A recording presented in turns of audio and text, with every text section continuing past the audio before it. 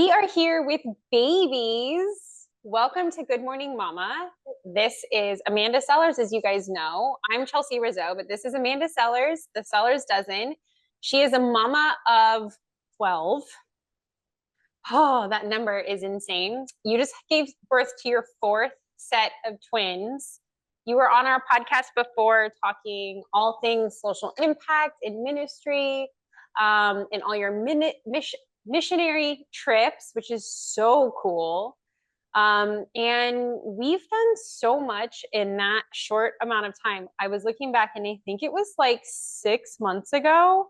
No, it had to have been, yeah, it was 6 months ago. You were like freshly pregnant, I think, or did we even know? Did we know? I don't remember. I don't remember. And um and we have done so much in that time. You have gotten your course completed where you went through and talked all things lactation, pregnancy, nutrition. You have written a cookbook that is set to get published for pregnancy that talks about all things benefits of all of like your nutritional benefits through trimester. You spent the time and talked all about that. You have the smoothie recipes and all kinds of immunity boosting elixirs. I gave birth to Cora. We have done so much. Your clothing line is active. Like we've accomplished quite a bit, and I'm so honored to have you on here. I know that you haven't told your birth story completely yet. It is a very interesting one. Have all of your births been a home birth? No, so my first birth was a cesarean, actually, in the hospital. Really? Yeah, failed induction that turned cesarean at 41 weeks. So my next pregnancy was the twin girls. And since they were about 15 months apart, we just did a repeat cesarean for them. And then I was like, this is the worst thing ever. I want to have no more cesareans at all. So Wow. And so hospitals typically won't deliver VBACs, right? They have right. a hard time with that, especially Yes. with twins. So is that why you made the decision to do home births? Yeah. So the very next Wow. pregnancy was also twins. So we ended up just kind of a fly into the hospital as fast as possible birth story with them. I should tell that one. That one was crazy too. But basically, I accidentally showed up at the hospital 9 centimeters dilated, and we got to deliver the twins naturally because of that. Otherwise, they were like Wow. preparing for a cesarean. So that was our first round in like learning how to coordinate with a hospital who wasn't ready for you to come birth twins, right? And so we learned Yeah. a lot from that one and used every single one of those tools this time around in the hospital again. So tell us a little bit about that then, because that is interesting. So I've been induced for all of my births. So I Okay. don't really know of like a surprise. I don't have any of those like waiting for it Yeah. moments, but I'm curious and almost a little bit envious because I wanted to have that moment of like when your water breaks. But I didn't. So how did that go? And that has to be totally different for twins too, if they're like completely not prepared. Yeah. So yeah, we had originally had a doctor who was supportive of a trial of labor after cesareans, but changed up his mind at the very end of my pregnancy. So 36 weeks, he was like, yeah, come on in for a cesarean after the whole plan had been to try natural delivery. I really didn't think he thought I was going to make it that long, but all of my pregnancies, twin pregnancies, all of them have gone to term. I've not had any NICU babies, thank God. And so we've just been waiting for spontaneous labor on all of them except for the girls, which we kind of just went in for a checkup and they're like, why don't we take them today? And so that's kind of how that one worked out. But yeah, so with our first boy set, our second set of twins, we had a plan with the doctor. And the doctor changed his mind. And then I fired him and switched doctors at 37 weeks pregnant with twins. No way. And no, you gotta go outside, okay? It's such a beautiful day. I'm so glad everyone's outside. Um, so we met another doctor. He said, "Yeah, sure, you can try and just show up here." And his practice was 2 hours away from where we lived. So we showed up, and he had gone on vacation that week. So my water broke. It was an hour until our babysitter got there for the kids, so we couldn't even leave to go to the hospital yet. And so we rushed and rushed and rushed, which there was a million delays, but all of them ended up with me like actively in labor by the time we got there. So it was clearly God's plan. It was just Yeah. really stressful at the time. Oh But my gosh, I can't believe. So for me, with each of the kids, so we used to live in Boca, which is 2 hours from Vero Beach. It's a 2 hour drive. And I had Kaya in Boca. She was a high risk delivery. She was transverse and the whole time. And then they had wanted to do a C-section. They had wanted to do an induction. They did an inversion. It was a whole thing. But I didn't. I fell in love with my doctor. Then we moved, so I kept my doctor 2 hours away for both of these babies. So I would do the traveling, and that was my fear. I ended up moving all of my kids down to my mother-in-law's to Boca because I wanted to make sure that I didn't have like the surprise and no babysitting and having to travel 2 hours. Like that was really scary. So I fully get that. And I've never met another mom that went through that. Like they're like, no, I find a doctor locally. Yeah, I'm the nut job that doesn't. yeah, no, that's exactly why I took everything that I knew about birth and what I wanted for my birth experience and transitioned over to home birth. But the hospital there, that experience, we literally showed up and they were like, "Yeah, no, you cannot have a natural delivery. We'll prepare you for a cesarean." And so it was like a battle back and forth. My husband is like fighting for me. My midwife shows up and she's like advocating for me. And it was just this whole thing. Let me pass off baby man really quick. Okay. Yeah, so it was a whole thing. It was a whole, but the babies came out perfectly and they're amazing. God knew what he was doing. So at that point, we just literally were like, okay, why don't we do this at home where I can just go back to bed? Like I don't have to do anything. I don't have to meet any nurses. I don't have to anything. I can just have babies and just go to sleep. And so we literally had to plan though. The VBACs in that state were illegal for a licensed midwife to attend. No way. Kind of finagled a little bit of my birth situation for that because I didn't want her to get in trouble, but I also wasn't ready to like birth unassisted yet. I didn't want to like try that. So we actually planned an out-of-state birth because I was right there by the Arkansas state line. And so we had it all planned for me to drive out to Missouri as soon as like labor started. And if we happened to like not make it, then we just birth at home. And so God had it all planned out. That's exactly what happened. When my water broke with him, he was out 15 minutes later. Like there was no driving anywhere. Way. So no like big bathing tub and all of that, like because that's the way that I imagine an at-home birth, right? Like the movies make it so scary.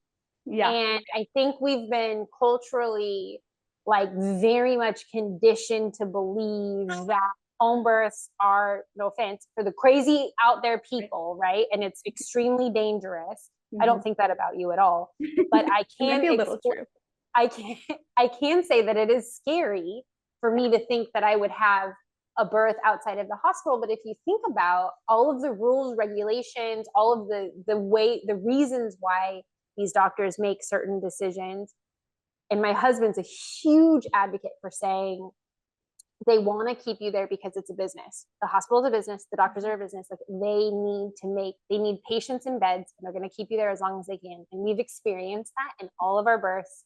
It's a constant bone of contention. My husband's like, my baby's fine. My wife's fine. We want to get home. My baby's fine. My wife's fine. Release us. And it's a constant like battle back and forth, but the rules are very insane. So if you think about it, having an at-home birth does make a lot of sense if you know what you're doing. But that I think we're conditioned to be nervous about it Yeah. when it's the most natural thing that our body can prepare us for. Yes. So because of that, I mean, everything you're saying is totally true. And so that was why I had initially intended to birth in a hospital with my babies and all of that.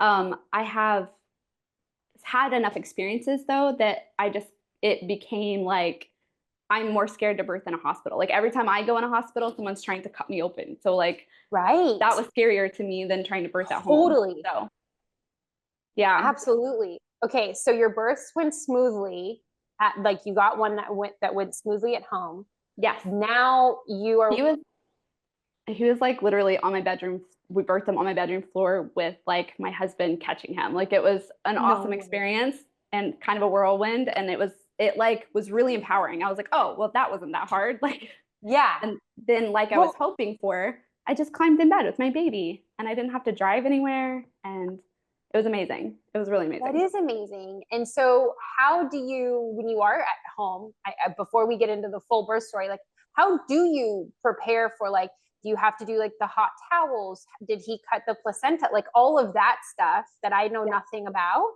How do you manage those things at You just home? prepare for them. Like you've got 9 months to get ready. So you just know all of the things. Chris also did specific training that time for, we thought it would probably go fast since that was our baby number 8.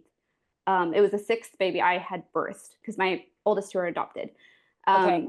So we had singleton twins, both in the hospital, both cesarean, and then twins again in the hospital, but naturally. And then my first home birth, which was a whirlwind. My husband caught him on the like bedroom floor. And then the next one, it was like we had time and planning and all of those things. So with the first home birth, Chris had training. We knew what to expect, and we had a midwife on call. And so she followed up right after the birth and did all of the check stuff.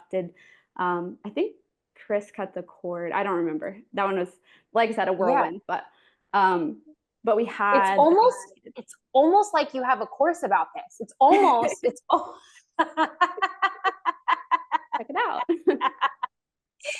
That's crazy. So you have a midwife that you lean into that comes and like takes care of everything. So you still get all of the medical care. Cause I think that's what a lot of people think is that you just have a baby and you like crawl in a hole and you know what I mean? Like people don't understand. That's how I describe it too. I'm like, you just get in your bed.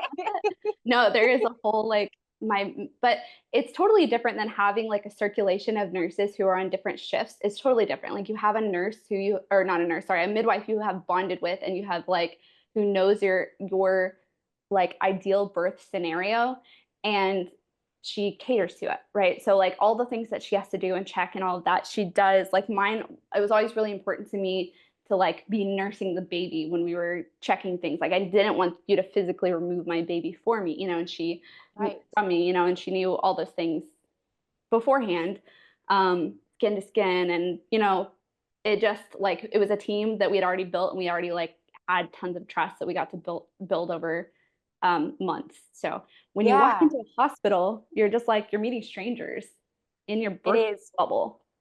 And that was another reason why I always wanted to birth at the same hospital. And I actually became friends with the nurses because I wanted the same team. So I almost bribed my charge nurse because I would buy them like breakfast and lunch and send them notes and be like, by the way, I'm coming. Specifically because I wanted that team and that village and that tribe, because it's scary when you have strangers and when you have people that you don't know coming in and being extremely invasive. It's a lot. Mm-hmm. Yep. Definitely a lot. The next time around was twins again.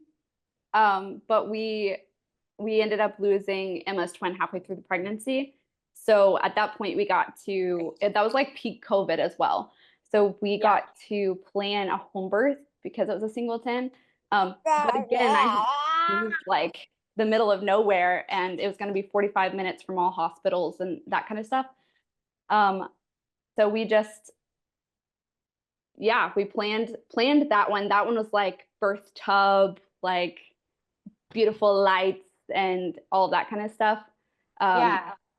And we ended up going into spontaneous labor. My midwife was like, oh, well, just call me when contractions pick up. And I was like, no, please come now. because this baby's coming fast. And she was here in, I think, less than 3 hours total. And my midwife had an hour drive or so. So that was fun. I was glad we were prepared for that one, because again, it was like when it happens like a whirlwind, you're just like trying to catch all the pieces as they're falling. Like it feels like chaos. But Yes. Yes. I had really learned to like just create my birth bubble and let the people that I trusted do everything around me. And that really made birth a much better experience. Okay, so let's just get into it. And I do think there's another podcast because in the making that we should really consider, because Cashton was a twin too.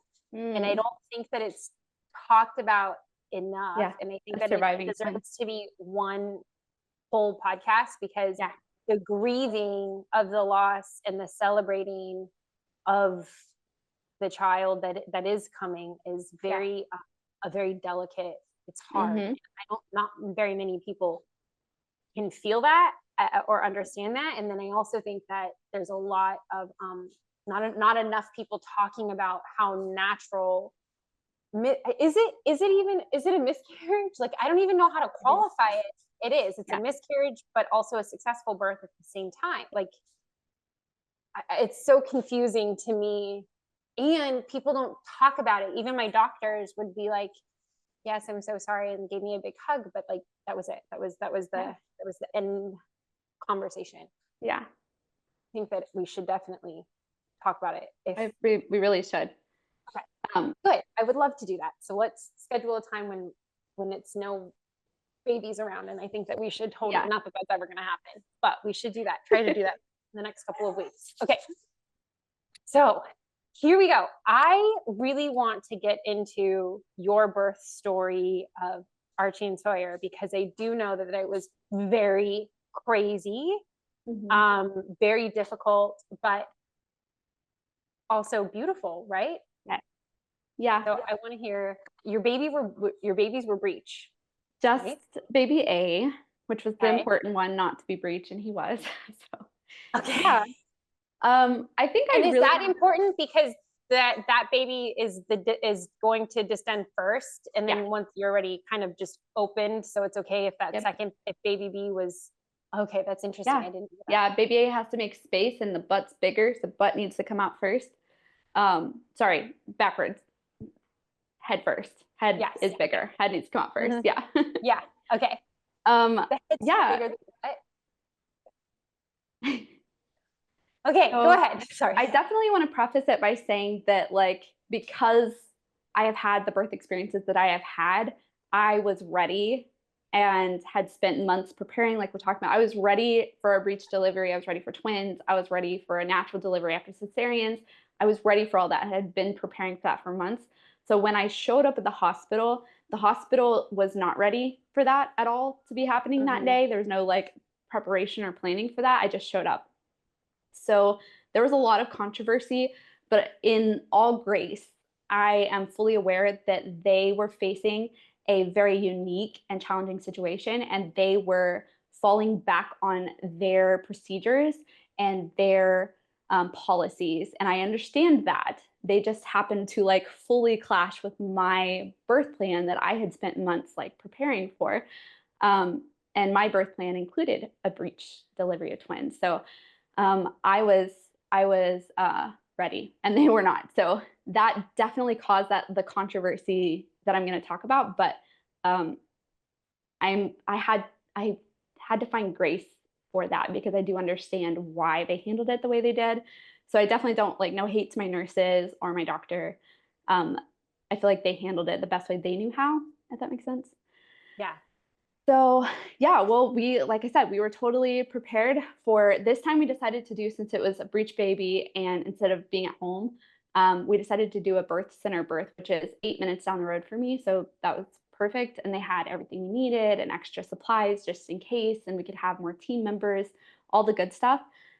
So when I went into labor, I was totally prepared, super excited. I like went into labor slow, which doesn't always happen. A lot of times my water just breaks and then it's like chaos. But I could tell it was the day, like I was really excited. And so we checked in with the midwives and they said, oh yeah, you're 4 centimeters dilated. So we're expecting, like, we're planning to do this today. And so I actually came home and had some food with my kiddos, and like my family prayed over me and put hands on my belly and all the good, peaceful, birthy Yeah. vibes that I wanted. I got the whole experience. It was beautiful. That's And so my awesome. parents showed up in like a good, reasonable time. There was no like running late happening. And I just like Yeah. meandered over to the birth center whenever I was ready. And we got there and it was just like so beautiful. The room was all prepped for me. There was like a birth tub. There were steps I could like walk, stair step, kind of Wow. initiating labor, all the good stuff, just all the good stuff. And so we did that for hours. And we like monitored babies every so often, all that kind of stuff. And everything was it was going perfectly. Everything's perfect. But like 9 p.m., I hit extreme exhaustion and I've never had that before.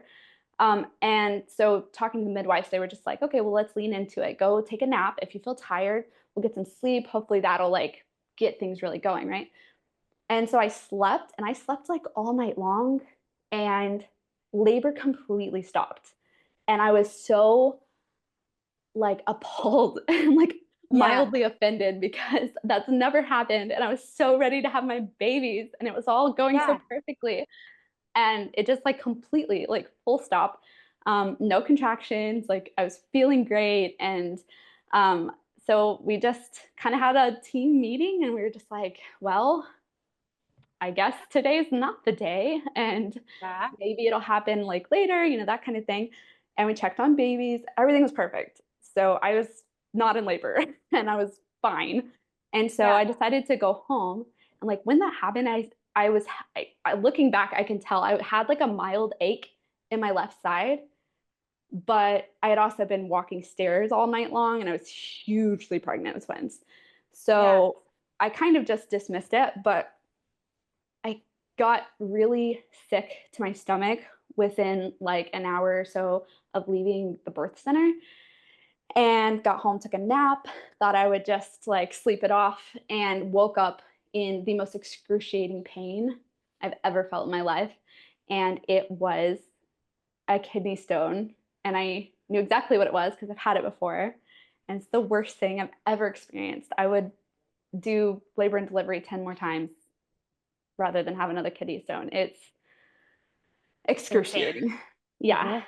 So I am like beyond managing my pain anymore. I like can't think straight. I'm like throwing up in pain. It's horrible, horrible. And so when I previously experienced it, I wasn't pregnant, so I knew what to take, what to do, like how to handle it. But I was not prepared to handle it pregnant. So there are pain medications you can't take while pregnant, and Yeah. I didn't know what to do. I was just stuck in excruciating pain. So we decided to go to the ER, and I knew that there was a risk going to the ER because I was 37 weeks and 2 days pregnant. So full term, like ready to have babies anytime. And I knew they would want to do a cesarean. So I was really nervous and stressed out about that. And that was kind of like holding me back from going, but I didn't know what else to do. So I went and I get to the ER, the first ER, and I am telling them, I have a kidney stone. I need help with the pain. And they're like, you're having babies. You've got to leave. And I was like, no, no, I'm not in labor. I'm passing a kidney stone. I just need help with the pain and I don't know how to manage it. And they're like, back pain, you have back labor. You can't deliver here. And I'm like, I felt like I was in Really? Twilight Zone. Like I'm going round and round. I'm like, I'm not in labor. I promise. And they're like, you have to Yeah. leave. And so they're like, we'll schedule you a ambulance. And I'm like, well, I'd love to not pay for that. That would be Right. so I was like, we'll leave. And I really felt like God had just when I felt like at capacity with my pain and my, all of that, God really just gave gave me more. I don't know where it came from, but Yeah. I walked out of the ER somehow. I thought I was dying, but I was walking somehow. And we drove to the next ER. They And didn't this even time send you to labor and delivery. They just they said didn't you have you one. can't be here. Okay. That's why they were like, you gotta go. We can't do anything for you. Oh But my God. I was like, I swear I'm not in labor. Just help me with the kidney stone, right? Yeah. And yeah, so I understand, again, I understand why I was met with, but it was like so confronting and I was so sensitive at the That had time. to have been so frustrating and Yeah, hard to it was manage. very, And like I would have been crying. I yeah, like I it was. just is There, like, yep. yeah, Lots of definitely have crying. lots of tears. Yes. Yeah. The emotions were so raw and so real. It was chaos. So we go to the next ER and it wasn't the one I was supposed to go to. My midwife's like texting us. Again, I'm just like it's all a blur. I was just Yeah. in so much pain and Chris is trying to drive and we're trying to be safe and all of those things. So I get to the next ER and Chris has to drop me off this time because there's nowhere to park. So I'm walking myself in and I'm again having the same like I have a kidney stone. I think my kidney might be rupturing. Like, can you please help me? And Yeah. I'm also like fully aware of the fact that there are like pain medication seekers, people who go into the ER for Right. those kinds of things. So I'm like trying not to sound like a drug addict, but I'm But like, you're give me the also meds. like 9 months pregnant, about to deliver a baby. Like, Dying. do they Yes. really think that you're a drug addict? Like, Yeah. I don't, it was, yeah. So but I'm like, I know how it but sounds. do you get like crazy calm when you're in like very like how do you get when you're in very stressful situations? Because I freak my I'm husband out. calm. Yeah. I'm quiet. I think Yeah. I'm calm, quiet. I, I remember having my eyes closed for most of the experience because I was like, I'll look at you. I'm gonna tell you what I need. And then like I need to get in my own space Yeah. because I'm like trying to survive here.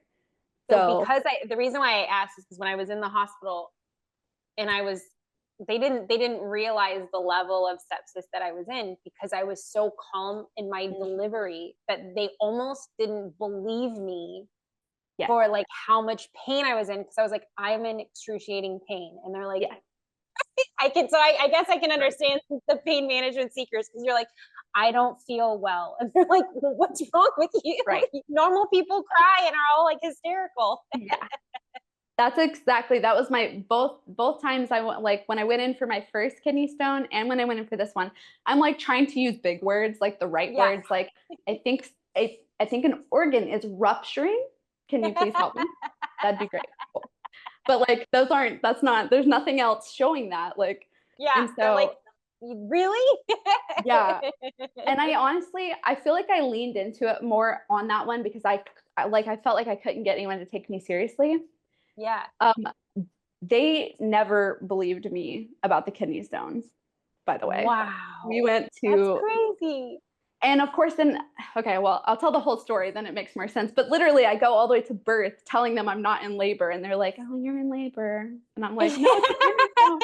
like pushing the babies out. You're like, I am not in labor. I still have a kidney thing. Yes. So yeah, when I get to this ER, I'm like, okay, guys, like I'm dying. And they're saying, okay, we don't know where to put you. You're very pregnant, ma'am. Like we don't Yeah. know where you need to be, general like ER area, or do we take you to labor and delivery? I'm like, I'm not in labor, but wherever you feel comfortable putting me, that you will get me help the fastest. I'm comfortable going wherever you need to take me. And Yeah. so they're like, okay, we're gonna take you to labor and delivery. And I was like, okay, cool.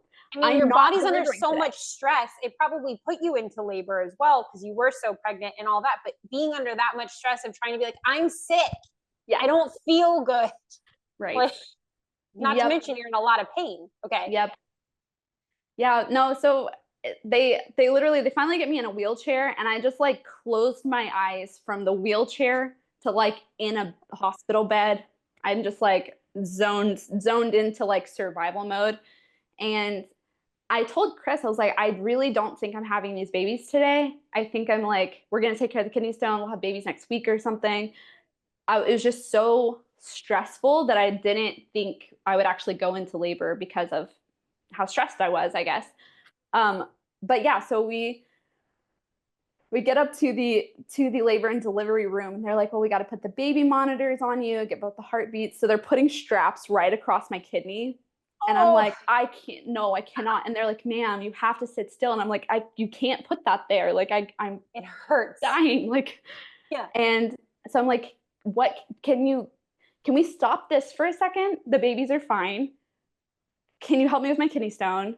And so because of that, I got labeled as like, I think combative's probably too strong of a word, but I got labeled like problematic among all of the nurses and doctors. And they were just like, Could you should have just showed them your Instagram page and be like, I am the least combative person. it's so funny when people get the wrong perspective of me like that. I'm just like, okay. That's funny. But I'm literally, I'm telling them like, I need the kidney addressed. Like I need to know it's not rupturing. I need pain medication. I need something. And we'll do whatever you want. At this point, I probably would have said yes to a cesarean. Like I was out of it. It was bad. So Painful. it's so painful. And I knew that they weren't addressing that because of the babies. So that's why I'm like, take the babies then. I just need help. Like, please. Yeah. so we like, they get me settled and they're telling me like, oh, well, we can get someone to come do like an ultrasound on your kidney or your kidney stone at like 10 p.m. tonight, which is going to be like 6 hours. And then once we confirm it's a kidney stone, we can like give you the real medication. And I'm just like, you want me to sit here for 6 hours?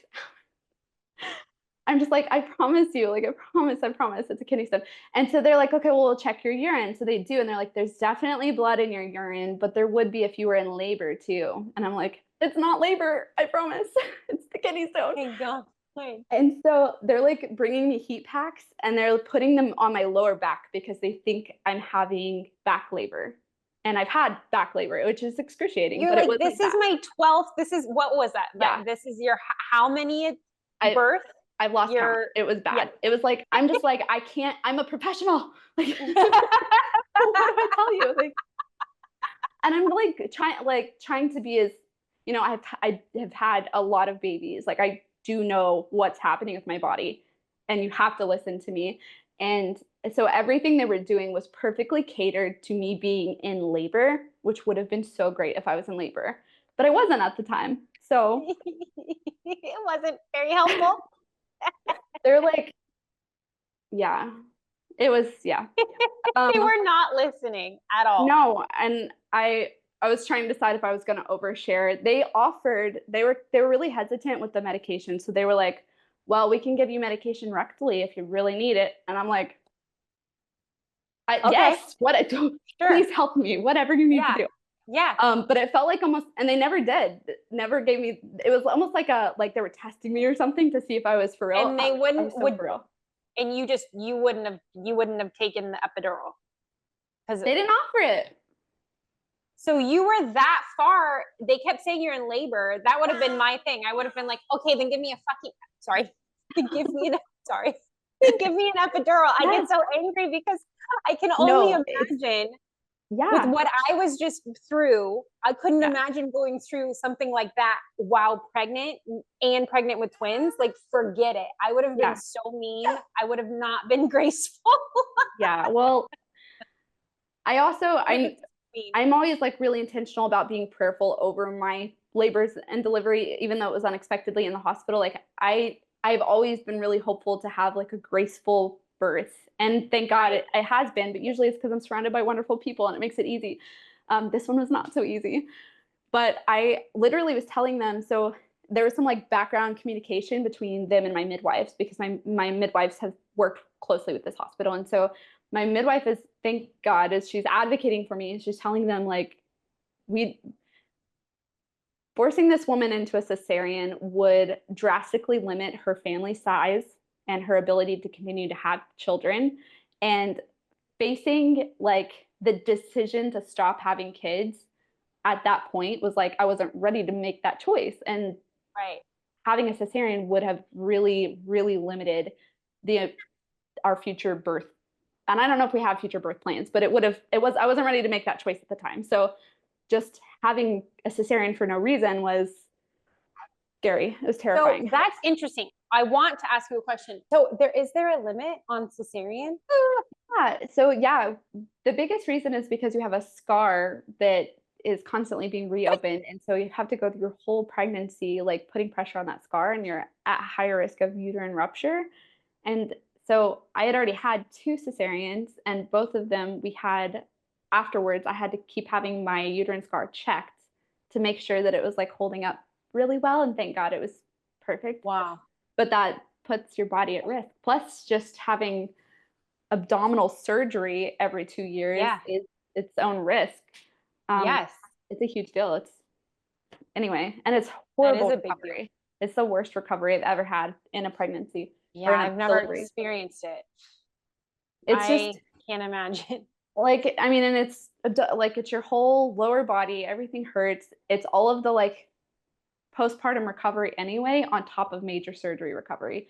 And then you've got like newborns and kids climbing on you and like your body hurts. It's so hard. Walking's hard. Yeah. Yeah. So I will avoid it at all costs. Not all costs, but the basic costs. If we can Yeah, as avoid it, much we as you will. can. Yeah. So okay, so now let's get into it. So what happened? Yeah. So there becomes this like majorly controversial moment where my midwives are saying like, hey, you need to not push this woman into cesarean. And the hospital is going like, hey, you can't deliver here. And you're mid Yes. contraction? So I'm like kidney stone pain, right? And then I go into labor, my water just decides to break. And You're under so much pain. I was like, I honestly, every other time I've been so excited, and this time I was just like, oh crap. Like Yeah. I'm I'm like committed to a hospital birth at this point because there's no going anywhere. Like I can't leave. And they literally No. asked me if I wanted to multiple times. And I was like, I physically cannot. I Are they can't. and they would let you leave mid labor? That is a surprise. Yeah. Okay. Wow. So they're talking about setting up the operating room for a cesarean, and I'm declining, all while also like managing kidney pain. But there was just really this kind of moment where I was like once my water broke, I took a few minutes to freak out, and then I was just like, okay, God, let's do this.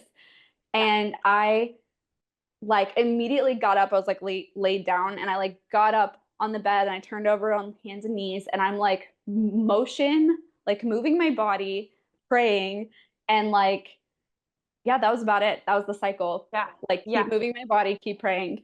And there was another doctor who was supposed to come on shift who was apparently not VBAC friendly. She was the one I was supposed to be avoiding. So when my midwives showed up, they were like, "Hey, so you have nurses who think that you're a problem, doctors who think you're a problem, but the doctor coming's even worse. So we got to get this baby out like now." And yeah, so I And just can like, they force you? Like, what do they do? Do they restrain you and like rip your baby out? Like, is no, that thank God.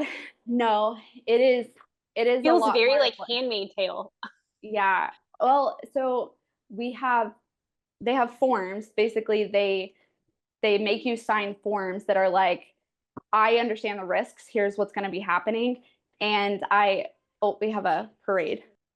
Okay, so that's the that's that's the situation. I'm like just have you heard that song?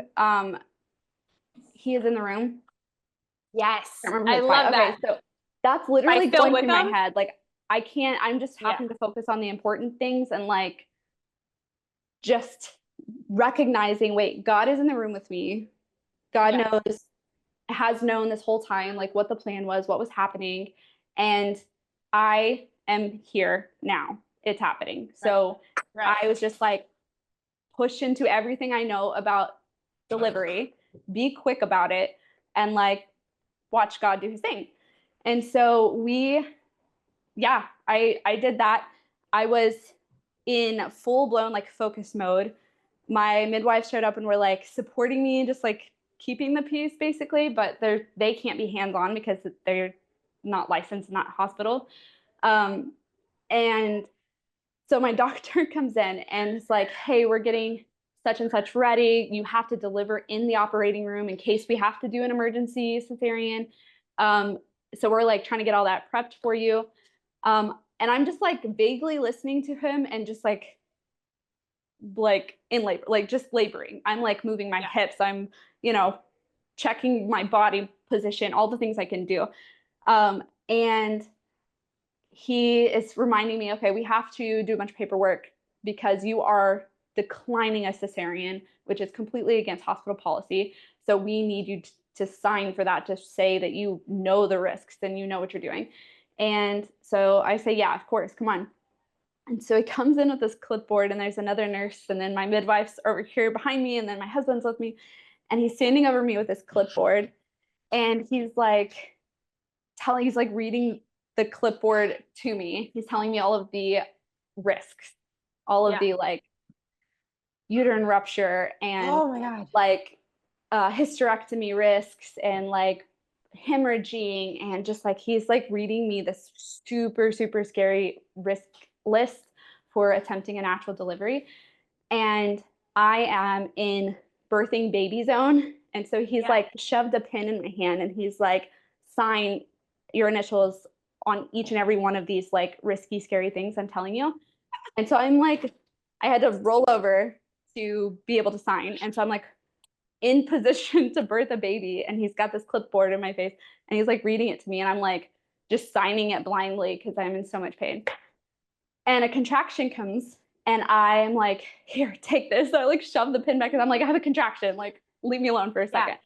And so during this contraction, I just like push, like full blown bear down push. And I don't like to birth like that because it's so much more stress on your body. Like I would prefer to do it slowly and to do it like let my body do most of the work, all of that. But that was not the scenario. It was like, get the baby out now. I never had that experience to let my body do the work. It was always like, get it out in as little of pushes as possible, which is like very hospital-esque birthing. And it's very strong. I couldn't breathe a lot of the time. Like it's very it's hard. Which is, and I didn't know that you could just let your body do the work. So, okay. So you bear down. Reflex. So like red face. So my midwife got a video of it. So I'm like red face pushing, like full blown. But for some reason, the doctor who was like clipboard in my face turned to say something to the nurse, and he missed it. Like he didn't see that I was pushing. He didn't realize that I was like actively pushing a baby. And so that contraction passes, and he's like saying something to the midwife. And from what I understand, he was saying like, I think we probably should start getting that room ready. Like it was like very casual, like he had no idea. And so then he turns back, and my contraction is like ending, and I'm like catching my breath, and he's like, here you go, and hands me the pen again. So I'm back. I signed like 2 things, and he's back at it again with the like death and bleeding and oh my goodness. All of the scary words. And another contraction comes, and I like shove the pin back in his hand again. And that might have been the time when he turned. He was like, okay, maybe we should get things ready. And I'm like pushing the baby out. And so the second push, and I'm literally like, well, baby's coming. So, and he freaks out. The whole room freaks out. And I couldn't tell you because I was in like the birth zone. At some point, literally 12 to 16 people like come in the room while I'm birthing. And I was in the zone, so I didn't even see when and how, but they were like rushing carts in and like heating lamps and like all kinds of stuff. It was just like an eruption of chaos. And the doctor throws on gloves. And by that point, I've already like reached down, and I'm like ready to catch baby A, who's coming out breech and coming out perfect and simple. And it was beautiful. And so the doctor like reaches over past my hands, like get out of the way, and grabs the baby. And so we're like wrestling over the baby. And so he like puts the baby up on my lap, and I'm still hugely pregnant because there's another baby. And so that was a different experience for me, because before I could like get baby all the way to my chest, and this time I couldn't. And so he's across my lap. And so there's just like a few minutes of peace. But during this few minutes, so my baby's crying, he's perfect. He hands you the paper. No, I'm just kidding. Sorry. We were beyond that, thank God, because I had thrown it at him by that point. But he's just like, well, yeah, you did the thing, you did it, you know. But he keeps trying to clamp the cord, and I'm just like, no, like I was decided on like cord clamping, like no. And so I feel like I fight for like 10 minutes. Oh, hey, what are you doing? I got a baby under me. I feel like I fight this whole time just to convince him not to clamp the cord. And so Wow. We like argued for like 10 minutes about it, and I keep just I couldn't like articulate the words because I Yay, that hair. yeah, outside Hi. baby. You dirty. Hello. You gotta go. Say hi. Oh, hi. I bet you gotta go. Gotta go outside. You too. Gotta go outside. They're filthy. That's awesome. In the best way, the best like spring weather dirtiness. Yep. So I spend the like whole 10 minutes, I feel like, just telling this doctor, like, we're okay. And that's all I could articulate to be like, hey, leave my baby alone. We're good. Stop Yeah. it. Yeah. And so finally we clamp the cord and they scoop baby up to my arm.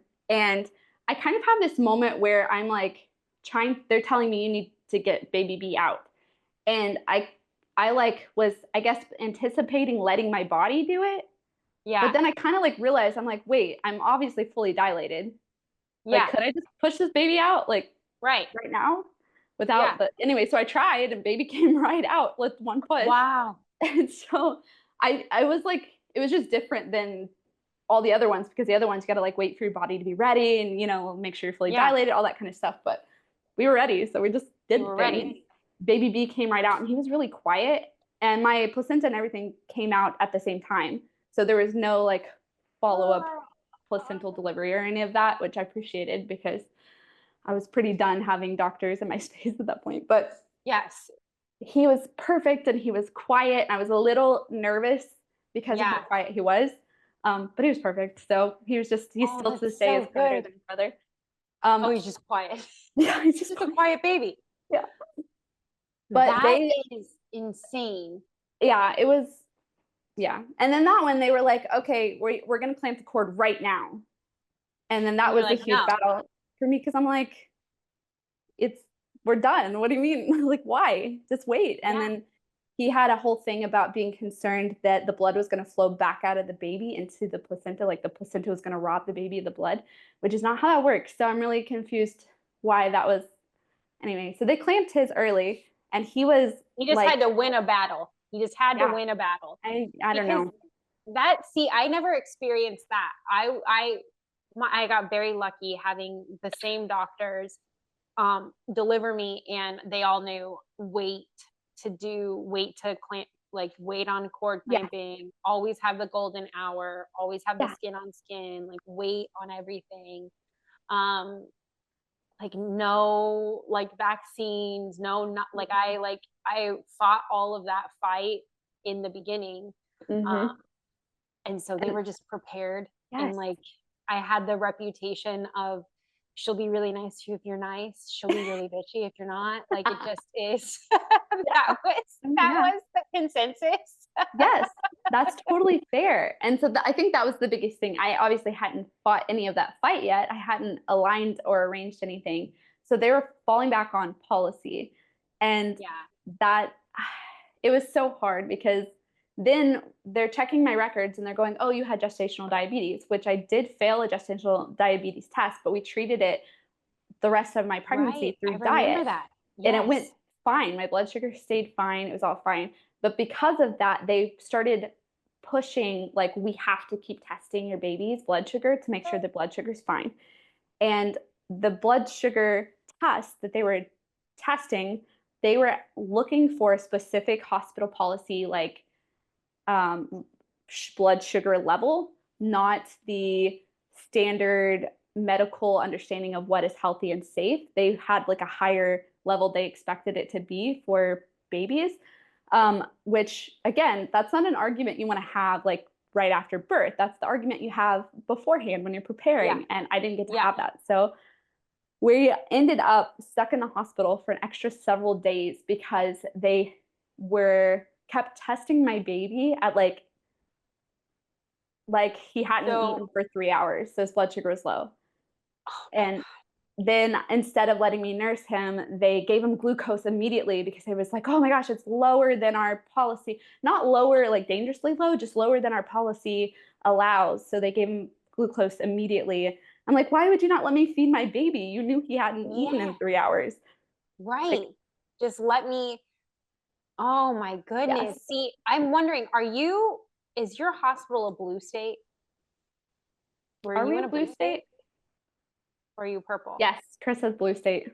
Ah, see, Florida is very red and Mm. we don't have to fight those fights. And I wonder if that's because if that has to do with political affiliation. Ask Chris what he thinks.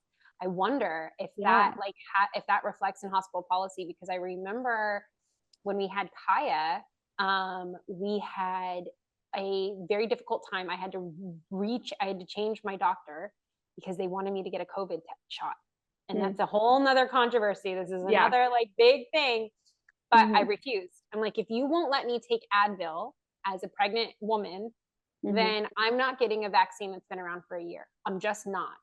So, and the doctor would not deliver me. And then when I changed doctors and after Trump, all of that, I was able to, I didn't get questioned again. And the hospital was like very, they didn't ask those certain questions. Like they were very, I guess maybe had been used to a lot of conservatives being like crazy anti that. I don't know. Yeah. But I wonder if that's reflective, if that makes a difference in like I have hospital no policy, idea. I because was I saw in your stories that they threatened you. Did they threaten you with keeping your babies, or they threatened you with your babies being taken away or something if you didn't name them? so There was something they that were was very forcing, yeah, they controversial. were forcing us to stay in the hospital. And there was kind of just this conversation. They were like, you have to stay. And it was over his blood sugar, over the baby's blood sugar. And we were telling them, listen, we're going to go home, which is 5 minutes from here. We have a follow up midwife home visit in a matter of hours. She'll be there first thing in the morning. We have Mhm. home tests. I'm not a first time mom, I'm pretty experienced with newborns. And I know all of the warning signs to look out for a baby who has low blood sugar. And we have a feeding schedule, a lactation consultant. We have a feeding schedule intentional of every 2 hours to make sure that his blood sugar never gets low, or he doesn't, instead of feeding on demand, being intentional about feeding him so that his blood sugar is taken care of. And I was like, we have a whole plan, just let us leave. And they said no. And so there's just this really awkward, controversial moment. Also, this conversation's at midnight, the day that I delivered a baby, and I'm exhausted and gross. And Yeah. I have like a manager standing over me in my hospital room, and I'm still naked. And like, it's just so vulnerable, right? And I'm having Yeah. to like advocate for myself. And so there's just this moment where she says that after we've like explained our care plan, which I thought was really well put together. And she says, no, the doctor says you can't leave. And my husband goes, you can't keep us. Yeah. And she's like, well, we can't keep you. No, you're right. We can't keep you. And it was just such a like threatening tone. And she may not Yeah. have intended to be threatening, but it felt threatening. And so there's just this like clipboards and manager lady telling us like, well, we can't keep you, but like, and then There's they go into this alternatives whole, basically. yes, this whole lecture about how they are trying to keep my baby alive by monitoring us and keeping us in the hospital, and that I am risking my baby's life by leaving, which is like perfect setup for we're going to call CPS if you try to leave. They didn't say that, but that was how it felt. Like that was how like Totally. controversial it Totally. felt. And then they're telling me you can leave with baby B. You guys can go. And I'm like, I'm not leaving my baby. And they're like, Yeah. well, Chris and the baby can leave. And I'm like, my husband's not going to take my newborn and go home. What do you mean? Like, and so it's just such a, oh, it was so hard. And I've talked to nurses since then, not my nurses, but different nurses. And they were like, what did the hospital have to benefit? Why do you think that the hospital was threatening you or forcing? And I'm like, oh, I'm just telling you what happened. Like, that's Yeah. why I felt threatened. That's why I know that they were falling back on their policies again. Also, we couldn't pick a name. So that was another big thing, a whole drama. So you had mentioned all the things that you declined, and that was me too. It was like I declined a cesarean, I declined eye drops, I declined vaccinations, I declined vitamin K, I declined all these things. I was And you trying just to make decline. them mad. Yes. That's really, and I had already gone through that. And that's why I made friends with the charge nurse and I had to totally shift and experience. But Yeah. I had a similar experience with Kaya because I had given birth with a fever because I had labored for like 72 hours. So I was induced, I had labored, I was in crazy pain. They couldn't, and I kept refusing a C-section. Yeah. And I'm like, you have no medical reason to give me a C-section. I am not getting a C-section. I refuse. I was walking around like I was doing all of the things. Yeah.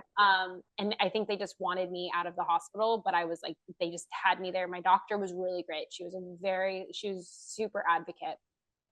It was different because she was Christian and her and I bonded on that. Yeah. But they did not want to let me leave. And it was like, they wanted to keep Kaya an extra 48 hours. And they said, well, you can go, but you can leave your baby here. And I said, and you can go kick rocks. Like, that's not happening. My husband can get very scary. Yeah. And he was like, we're leaving with the baby now. And we didn't get like that demeaning tone. We got a lot of eye rolls, but I know exactly, not exactly, because I didn't get the demeaning tone, but I know what you feel, how you feel when they have that almost like element. It's that element of like, well, we can, like, it's like I don't know if it's a power move. Power trip is what it felt like. What it is, but it's like, are you seriously trying to threaten me and my baby? Like, I have a pediatrician appointment. I'm taking my baby like here. I'm being released to their care. I like, right. Relax. My baby's fine. Yeah, I don't understand when nurses ask that either, where it's like, well, what did the hospital have to gain? Like, there's thousands of things that the hospital had to gain, but I think the core issue is the fact that the hospital has these just outlandish, crazy standard policies that they don't, for no reason other than to keep their funding and liability claims low. And they just don't even go case by case. Like, to me, that's a problem. That's a real problem with like an overarching systemic issue with a lot of bureaucracy. So that's my soapbox. No, literally policies can't be one size fits all. We're different people with different bodies, with different experience levels. Yeah. Policies have to be able to adapt to people who, if I walk in and I want to decline things, you have to let me. That's how, that's how how the United States of America is supposed to work. Like, I'm sorry, there's freedom for a reason. And I understand that I was certainly in a scenario where it's like, okay, if you don't want to follow our hospital policies, then don't birth here. And I would have very much not birthed there if that had been an option. But then once I was like trapped. And so, and we had like, even the name thing was this big controversy because we were there for like 3 days or so, I can't remember, but they had nurse after nurse coming in and giving us like, hey, if you don't do this, you're going to have to go all the way out to Richmond, 2 hours away within 7 days. Like, and all of that kind of stuff. We had phone calls coming into my hospital room at all hours trying to discuss with us, like, have you named them yet? And I'm like, listen, I'm trying, but God names my babies and he hasn't given me an answer yet. So I don't know what to tell you. And so we literally were just like, okay. And I think they named them like baby Sellers A and baby Sellers B. And they were like, well, we're sending off their names anyway. And you're going to have to go get them like revoked, like changed. And so I was like, okay, that's what we're going to have to do. And I know, again, like those are hospital policies and that's not that big a deal. But it turned out that's not even the truth anyway. You just send in forms. You don't have to go into the office or travel anywhere or any of that. And I was also still actively dying from a kidney stone, by the way. Yeah, that's what I wanted to ask. Did we ever get that fixed? What happened? So no, but I was allowed to take Tylenol then. Like, I could do the Tylenol ibuprofen thing after I wasn't pregnant anymore. So I was able to take Tylenol. But no, they finally came in some crazy hour and did an ultrasound on only my kidneys and only my bladder. No. Not my ureter, not the tube connecting between them, where my kidney stone definitely was, like on its way down. They didn't scan that for some reason. And they're like, your kidney looks irritated and like swollen, but it would after birth anyway. And there's no stone in your bladder. And I'm like,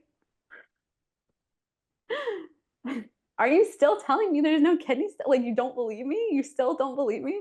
I'm like still vomiting in pain. Like, it's horrible. And so, but at that point I could take Tylenol. You're trying to fight all these fights.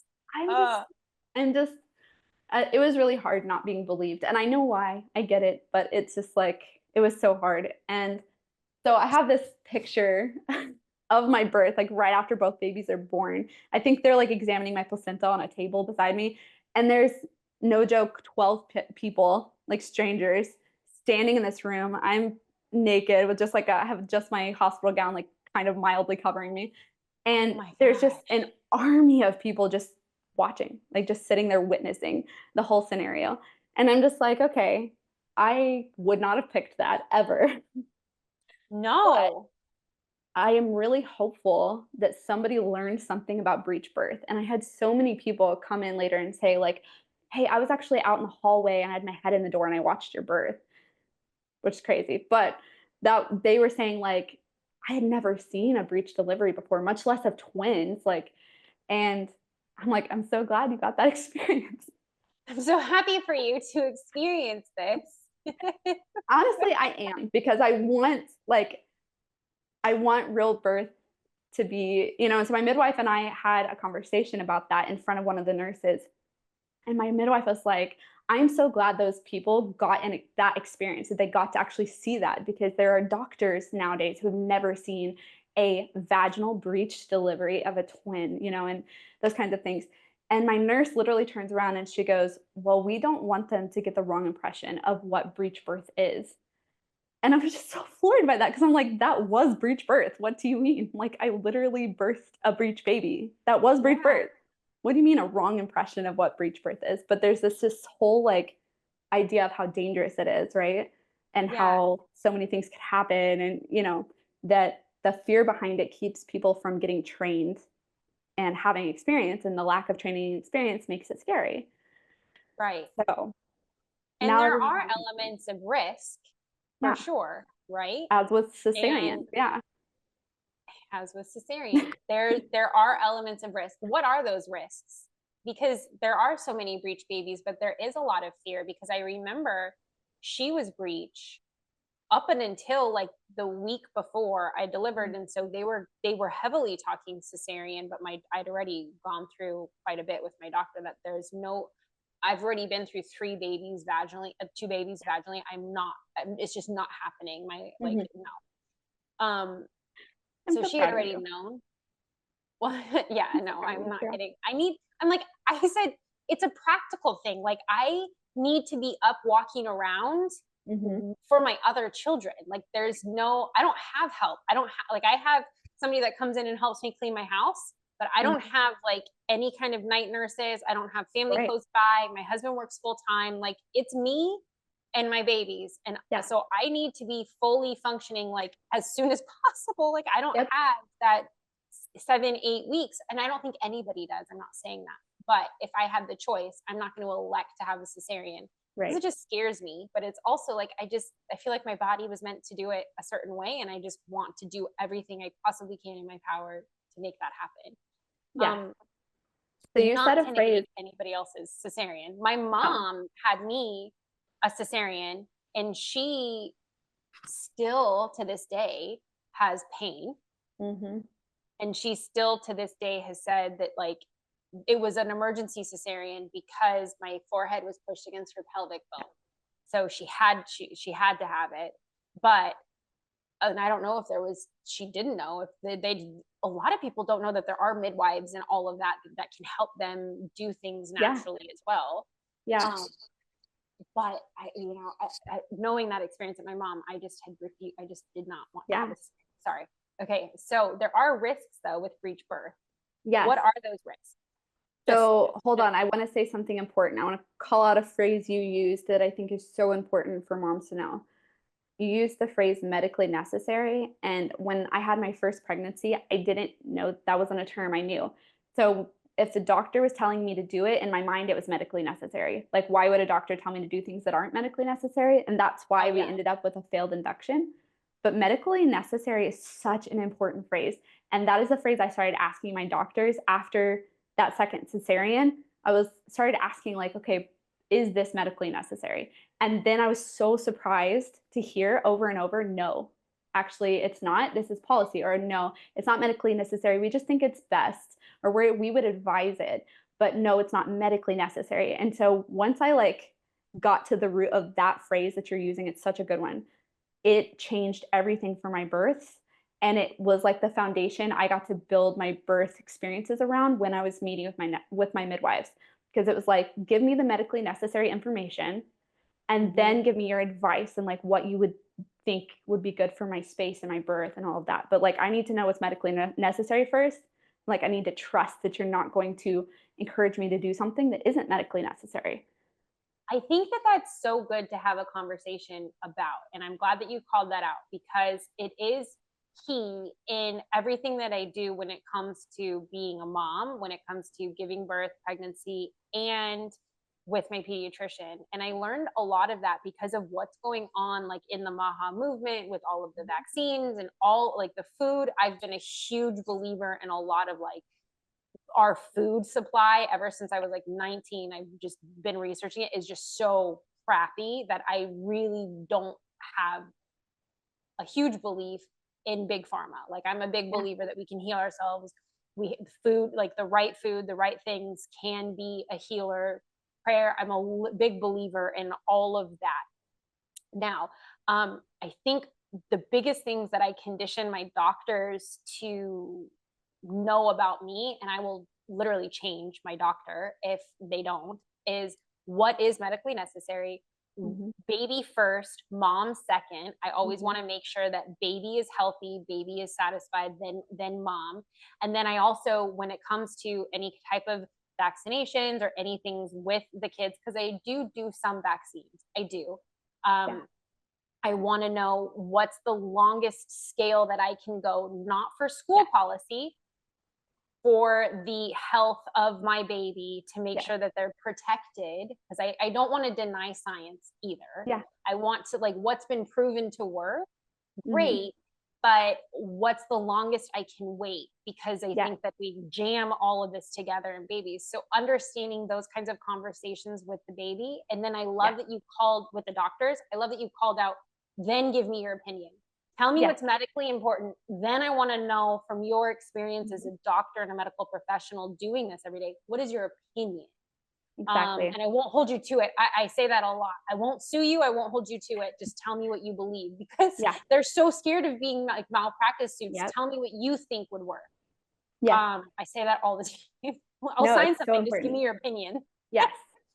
Yeah, it really is so important. And having that's why I've gravitated towards midwives because I have been met with so much more grace and like patience with my perspective on things because we don't vaccinate, but if we did that we would say, "Hey, give me the widest vaccine schedule, like spread it out as much as possible because I Mm-hmm, think the biggest risk comes from cramming them all together." But mm-hmm, we homeschool and we do all these things, so we get to choose how we right. live our lifestyle. Mm-hmm, But yeah, medically necessary. What's your opinion? Will you work with me on my wants and desires? That's mm-hmm. can I trust you to not? When I look back on my first birth, it was literally Labor Day weekend. No, it was the first one. No, the girls, the twins, when they said, "Oh, well, we're gonna do the cesarean today." There was like nothing, not one single reason to do the cesarean except that it was Memorial Day weekend. That's when it was. Convenient. And it was like the Friday before, and she was probably like, Going I don't away. want you going to labor over the weekend. Yeah. So yeah, and I trusted her that that was what we needed to do. And then later I'm like, oh, we didn't need to do that. Babies were fine. She just probably didn't want me to go into labor while she was on a lake somewhere. Yeah. She wanted the credit for your deliveries. No, I'm sorry. She probably that. I'm sorry. That I don't probably know that wasn't that's accurate. fair, but it feels fair. So I don't I know. do want As to, my husband says, being a doctor, I mean, those types of things, not saying that doctors are bad. I very much adore and appreciate doctors out there that actually uphold their oath, definitely are there to help and protect us, much smarter than me in many ways, completely. But it is a business, and we do have to understand that there are business practices behind there that they like. I remember having this big conversation with my OB, and the head of the thing because in the head of the practice, um, because they had an internal issue, and one of the partners left, and it was a big thing. And I was like, how much of a business are your deliveries? Like how much does this really impact the decisions that you make? And he had literally said to me, he's like, there's a reason why the partner is leaving. They're not getting paid enough. And like they would get paid per deliver. I mean, it's a business and they should be, of course, compensated for what they're doing, but the insurance and them, like there's a whole element that I just don't even know about, that I think certain decisions are of course made because of that and they benefit from it. So Yeah. that to be said. No, exactly. My poor midwives are out here like living birth to birth, like paycheck to paycheck, and like all they want to do is help moms. So I'm like, you know what? Yeah, You're the one I want to meet with. Like, you're the one. exactly. Yeah. Um, okay, I do Oh. need to go downstairs. Okay. I'm so Sorry. okay. Okay. Oh, I'm sorry. Mommy's, yeah, it's mommy's mic. Go show daddy. Oh, yes. I'm so sorry. Got owie. Oh. It's okay. I am so lucky to have you in my life, and I'm so proud of you. And I'm so proud of all of the work that you're doing and everything that you've done for us and who you are as a mom, and just as just a disciple, and just in general, you just really are an incredible human being. And I'm so proud of you for standing up for yourself and staying true to who you are and protecting those babies. And you are so inspiring in just your strength, even, not just for moms to have home births or anything like that, but just to stand true and know what they want and to take the time to get to know what they need. They should take your course. But also just genuinely being able to advocate for yourself, even if it's just with your home team or with doctors or just in your daily life. Knowing to advocate for yourself is critically important as a human, but even more so as a mom. And I think that you're a shining example and an inspiring example of how we should be advocating for ourselves with grace and kindness and gratitude, but standing true in what we know. And I'm so proud of you and lucky to have you in my life. Thank you so much. You are honestly, I'm so thankful to know you. And I was right in the midst of all of my business drama and everything, trying to learn how to kick off a business and everything. I'm like, you're like, I'll provide resources and education. And you know what? You want to do a speaking event? I'm like, yeah, I'd love to. And I'm so thankful along all of it. There was a point I'm talking to you, I'm like, I'm so tired and I just want to have these babies. And you're like, you know what? Take your break. Do whatever makes your heart happy. And so anyway, there's no one else I'd rather do business with, and much less than that, much more than that. Oh. I'd much rather, I was going to say, I'm thankful to have you as a friend. Yes. And me too. A business partner. Yes, me too. I'm so lucky to have you. And I have this baby asleep and the baby downstairs. Perfect. So I'm going to go make dinner, but thank you for sharing your story with us. I feel like E! News, where it's like, we've got the exclusive interview with Amanda Sellers on her birth story. Yay. So I will share it with you and you will post it to your things, and we will meet here again and talk about twin. Yes. We should talk about twin births. We need to talk about postpartum too. We have so many things. We should make this a series and talk about all things pregnancy and motherhood. Yeah. But for now, this was a beautiful story. I am so proud of you. I'm glad your kidneys are healed now, right? Totally fine now. Thank God. Okay, good. It took a few weeks, but we're good. Okay, good. I will talk to you later. All right. Okay, bye. Bye. Thank you. Bye. Thank you.